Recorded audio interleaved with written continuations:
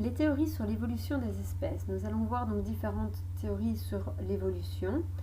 Alors ici, on va voir que certaines ont été élaborées puis complètement abandonnées, d'autres ont été émises et puis elles ont été aussi complétées par d'autres théories. Et donc effectivement, on constate que certaines théories effectivement ont été un peu étoffées grâce aux nouvelles connaissances. Alors, les deux premiers courants de pensée que l'on va aborder sont le fixisme et le créationnisme. Donc, pourquoi? Eh bien, parce que, alors celles-ci, elles ont été abandonnées, comme la fonction créer l'organe, donc la suivante. Pourquoi? Parce qu'en fait, d'abord, le fixisme, c'est un courant de pensée qui suggère que les animaux n'évoluent pas avec le temps. Donc, c'est-à-dire qu'ils étaient là, ils sont comme ça, et ils sont, par exemple, un chat est un chat depuis que le chat existe. Donc il n'y a eu voilà, aucune évolution dans le temps. Le créationnisme, il ne faut pas oublier que le créationnisme, on entend donc création. Donc ici, effectivement, c'est un courant de pensée qui, effectivement, met en avant que c'est un créateur, donc un être supérieur, qui a créé toutes les espèces indépendamment les unes des autres. Donc en fait, il les a toutes créées. Et puis, il y a eu des cataclysmes, et donc certaines espèces sont mortes parce qu'on n'a pas pu les sauver, tandis que d'autres, oui. Et donc, par exemple, on a le déluge avec l'arche de Noé, où effectivement, Noé avait donc sauvé des tonnes d'espèces d'animaux, et donc toutes les espèces qu'il n'a pas sauvées, eh bien, sont mortes lors du déluge. Et donc cette idée fut largement répandue donc jusqu'au début du 19e siècle. Donc c'est-à-dire qu'il y a encore 2 siècles, eh bien c'était un courant de pensée qu'on ne remettait que très peu en question.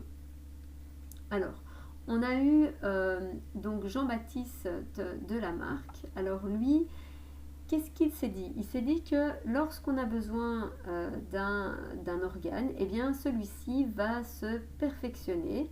Et donc, plus on va utiliser cet organe, eh bien plus eh bien, il va s'améliorer. Donc, par exemple, lorsqu'il y a la girafe, on voit qu'il y a des girafes au petit cou. Or, les girafes mangent des feuilles qui sont en hauteur, donc eh bien, pour pouvoir être nourries correctement, elles vont devoir tirer sur leur cou. Donc, à force de tirer sur leur cou, le cou va grandir, et donc, en fait, elles vont passer ce caractère aux générations suivantes. Donc, si vous voulez, il parle que dès que l'adulte va tirer sur son cou va devenir plus grand, et comme son cou va devenir plus grand, lorsqu'il aura un petit, eh bien ce petit aura déjà un cou plus long. Alors, en fait, ici, qu'est-ce qui se passe? C'est que malgré l'usage répété d'un organe, il a été donc vraiment prouvé que celui-ci ne se transmet pas à la génération suivante. En effet, donc par exemple, un bodybuilder, eh bien, il aura beau travailler sa musculature, donc lui sera très musclé, mais ça ne veut pas dire que son enfant, lui, sera musclé. Donc en fait, si l'enfant veut être musclé, il devra également travailler sa musculature. Il ne sera pas musclé d'entrée de jeu. Et donc, il faut savoir que les théories de Lamarck ont eu assez peu de succès, mais elles ont eu le mérite en fait vraiment d'ouvrir la voie vers la compréhension de l'évolution. C'est-à-dire qu'avant de Lamarck, eh bien, personne n'en parlait. Et donc ici, Lamarck, il a eu vraiment ce mérite-là de pouvoir, en tout cas, engendrer le débat sur l'évolution. Alors, parlons maintenant donc de la sélection naturelle. Alors, la sélection naturelle est une théorie qui a été avancée donc par Darwin pour expliquer l'évolution des espèces. Alors, en fait, qu'est-ce que lui, qu'est-ce qu'il a mis en avant? Il dit que certaines espèces, ou en tout cas certains individus dans une espèce, vont beaucoup mieux se reproduire que d'autres. Donc, en effet, si un élément, donc si un membre d'une espèce semble adapté au milieu, eh bien celui-ci sera plus courtisé par l'autre sexe. Donc, par exemple, lorsque nous avons les girafes, eh bien, il faut savoir que si une girafe a un long cou, elle va pouvoir davantage se nourrir. Donc, vu qu'elle va pouvoir se nourrir beaucoup mieux, eh bien, le sexe opposé va donc être plus attiré par les girafes à long cours. Pourquoi? Parce que quand ils vont se reproduire, ça veut dire qu'on multiplie les chances d'avoir des petits avec des longs coups et donc avec des petits qui vont arriver à maturité, qui pourront eux-mêmes se reproduire. Et donc effectivement, c'est ce qu'ils vous disent, c'est que le produit de la sélection naturelle, c'est l'adaptation et dépend des critères qui seront perçus comme attrayants pour l'autre sexe. Donc si un être est bien adapté, il va forcément bien se reproduire. Ceux qui ne semblent pas bien adaptés ne vont pas se reproduire, ou en tout cas très peu. Et lorsqu'ils vont mourir, comme ils auront peu de descendance, eh bien ce caractère sera donc moins transmis. Donc ici, ce sont les descendants qui seront mieux adaptés, qui vont donc peupler en plus grande quantité ce milieu. Et donc ils disent que des facteurs du milieu favorisent certaines modifications héréditaires chez les individus mieux préparés. Et ces changements vont se produire sur donc une très longue période de temps. Donc voilà, donc ici ce que je viens de vous dire, la girafe qui a un cou plus long aura la possibilité de mieux se nourrir et d'arriver à maturité pour se reproduire. Donc en se reproduisant, ce caractère peut être transmis à ses descendants qui auront donc une meilleure chance de survie que les autres. L'être le mieux adapté survit tandis que les autres meurent. Alors ici, attention, souvent on associe Darwin à la loi du plus fort, mais c'est pas forcément que ça. En fait, ici, c'est vraiment le fait de dire, voilà, j'ai un être qui est bien adapté, donc il va bien se reproduire, donc il va bien transmettre son caractère génétique. Tandis que les autres qui sont moins adaptés le jour de leur mort, ils se seront moins reproduits. Donc voilà, alors on peut de toute façon ici, on peut faire un parallélisme par exemple avec l'être humain. Eh bien, qu'est-ce qui va permettre de faire en sorte que sa progéniture puisse avoir de bonnes chances de la vie?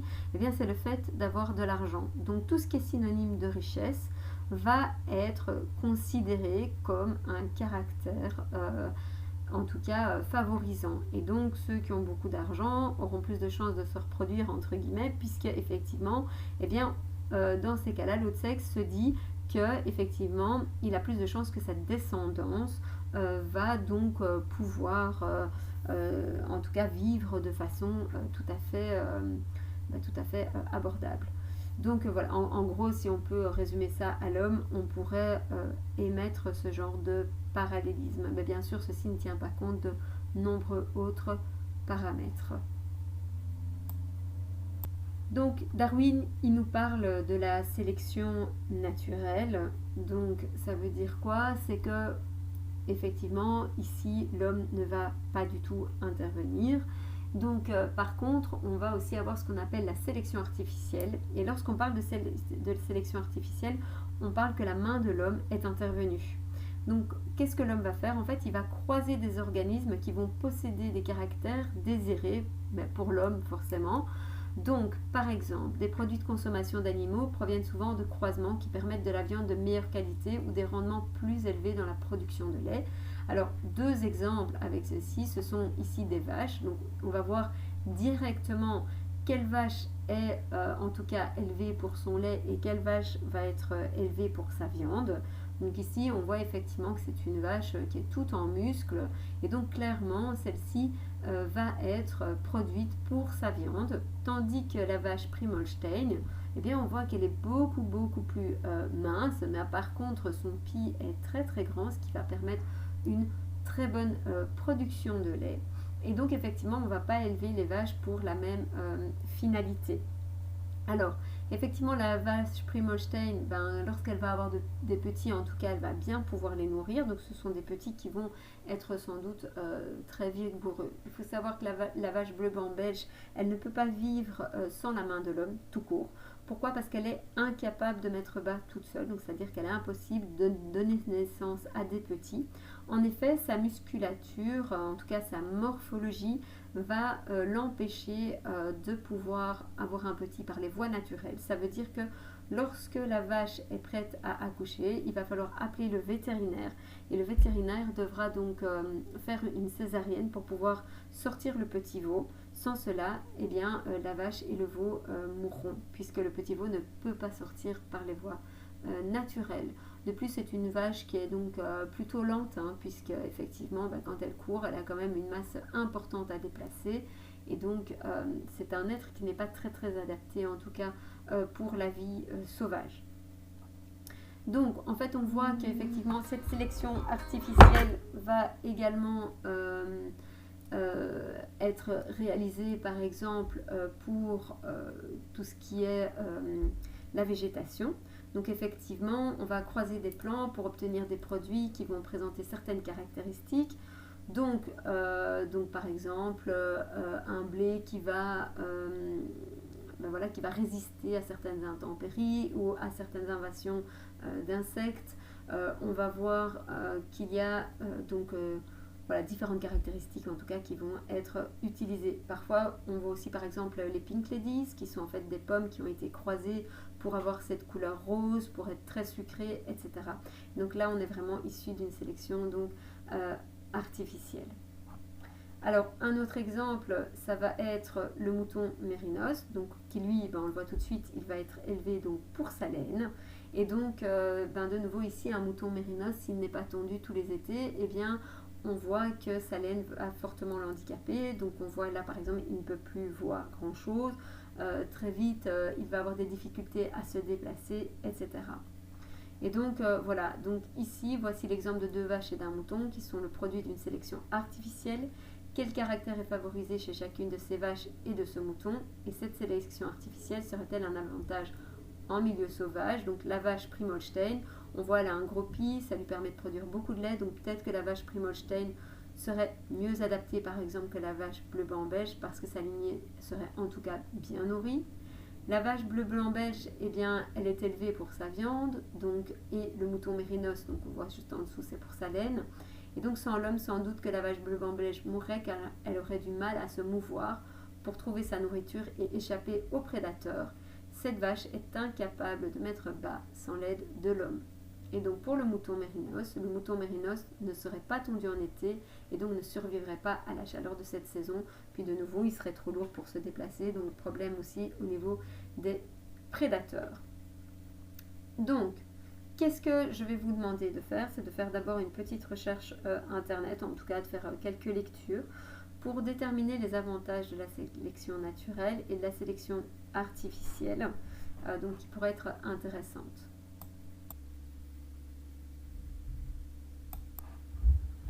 Voilà, j'espère que vous avez tout de même pris le temps de faire une petite recherche sur les avantages et les inconvénients d'une sélection naturelle et une sélection artificielle. Pourquoi? Parce que pour moi, ça me semble toujours important d'être capable d'aller à la pêche aux informations sur Internet. Donc ici, la sélection naturelle, ses avantages, eh bien, c'est parce qu'on va avoir beaucoup de variétés qui, effectivement, elles ne vont pas être assez productives, mais par contre, dans la sélection artificielle, ça va être un véritable avantage. C'est qu'en fait, on va avoir un très bon rendement de l'animal pour les besoins de l'homme, forcément, parce que ici, si l'homme croise les animaux ou les végétaux, c'est forcément pour lui. Et donc, effectivement, ça va donc être un avantage.